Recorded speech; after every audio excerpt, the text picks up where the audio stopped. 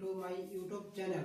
आज हम लोग क्लास 10th के थ्योरी क्वेश्चन के बारे में चर्चा करते हैं। देखिए क्वेश्चन बोर्ड में लिखा हुआ है। क्वेश्चन क्या कहता है, दवा का एक कैप्सूल एक बेलन के आकार का, दवा का वो कैप्सूल है। आप लोग तो कैप्सूल देखे होंगे, दवाई खाए होंगे। कई आदमी का बुखार होता है, कुछ होता है, पहले साधारण गांव के डॉक्टर के पास जाते, गांव के डॉक्टर क्या देते हैं, दवा का कैप्सूल देते हैं।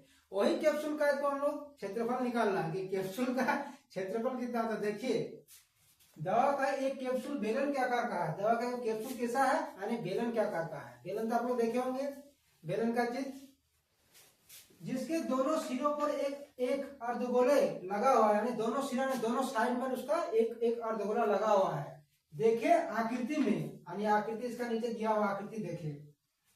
पूरे कैप्सूल की लंबाई 14 mm है, यानी 14 मिलीमीटर है। mm का मतलब होता है मिलीमीटर, 14 मिलीमीटर है। इस पृष्ठ क्षेत्रफल ज्ञात करें, यानी इसका इसके जगह इसका पृष्ठ क्षेत्रफल होगा। इसका पृष्ठ क्षेत्रफल ज्ञात करें, यानी इस दवा जो है, दवा कैप्सूल, इसका पृष्ठ क्षेत्रफल हमें निकालना है। तो कैसे निकालना है इसका, देखिए एक कैप्सूल का पूरा लंबाई दिया है, कितना दिया है, आकृति देखिए 14 मिलीमीटर, यानी यहाँ से लेकर यहाँ पूरा कैप्सूल की लंबाई कितना दिया है, 14 मिलीमीटर। और इसका त्रिज्या व्यास दिया हुआ है, देखिए व्यास कितना दिया है, 5 मिलीमीटर दिया है। तो हमें पूरा कैप्सूल का हमें पृष्ठ क्षेत्रफल निकालना है।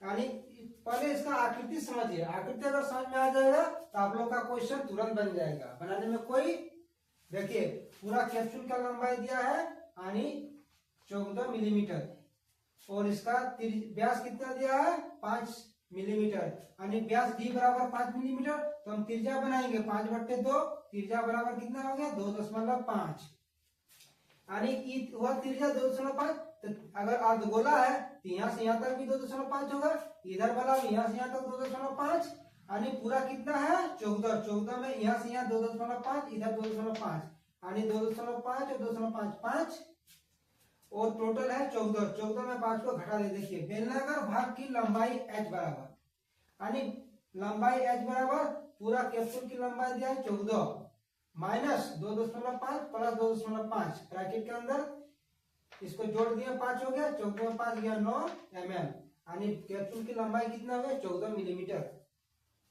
तो हमें निकालना है पूरा कैप्सूल का पृष्ठ क्षेत्रफल।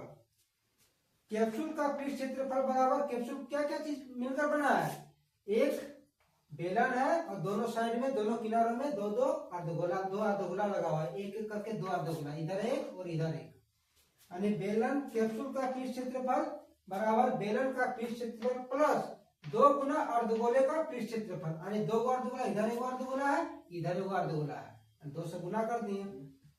तो बेलन का पृष्ठ क्षेत्रफल होता है 2πrh प्लस 2 गुना अर्धगोले का पृष्ठ क्षेत्रफल 2πr²। देखिए बेलन का पृष्ठ क्षेत्रफल 2πrh प्लस अर्धगोला, 2 अर्धगोला है, यानी 2 गुने 2 4 πr² हो गया। अब इसमें हम लोग कॉमन ले लेते हैं, इसमें कॉमन लेने से क्या छोटा बनेगा, हल करने में सुविधा होगा। इस आप लोग बिना कॉमन लेके बना सकते हैं, उसमें एक जगह बड़ा बनेगा, इसमें एक जगह छोटा होगा। देखिए 2πr दोनों में मिलता है, 2 गुना 2 4, यानी 2πr कॉमन ले लिए, 2πr, इसमें क्या बचा, h बचा, प्लस इसमें 2πr, यानी 2 4 में 2 निकल गया, 2 बचा, और r² में एक बार निकल गया, पाई भी निकल गया, यानी 2r बचा। अब इसका मान आप लोग बिठा दीजिए, 2 गुना पाई बराबर 22/7 गुना r बराबर 5/2 प्लस h बराबर कितना है 9 प्लस 2 इंटू r बराबर 5/2। अब इसमें देखिए इसको 2 ऊपर नीचे 2 कैंसिल, 22 गुना 5, 22 पंचे 110, 220 का आधा 110। आप लोग गुना ऐसे कीजिए 22 लेकिन हमको आधा, फिर 2 से भाग दे दीजिए, 220 का आधा 110, 110/7। अब यहाँ कुछ नहीं दिया, क्या गुना। अब इसमें भी ऊपर 2 नीचे 2 कैंसिल, 9 जोड़ 5 बचा, 9 5 क्या हो गया 14। देखिए कितना शॉर्ट में बन गया, 7 दूनी 14। अब इसमें 110 गुने 2 110 से 2 को गुना कर दीजिए, यानी 11 गुना 2, 11 दूनी 22, एक जीरो एक शून्य लगा दिए। क्षेत्रफल के आ गया कितना है मिलीमीटर, तो मिलीमीटर स्क्वायर। कितना शॉर्ट नहीं बोला आप लोग, अगर गुना नहीं कर कॉमन नहीं लेते तो इतना कैलकुलेशन में बड़ा बनता है, लेकिन ये बोला तुरंत तो काटने वाला पूरा भी कट गया। कोई कैलकुलेटर का कुछ चीज का जरूरत नहीं पड़ा। आप लोग हल एक जरा सावधानी पूर्वक हल करने के टाइम देखना होगा कि देखिए कि किस तरह से हम उसको हल करेंगे।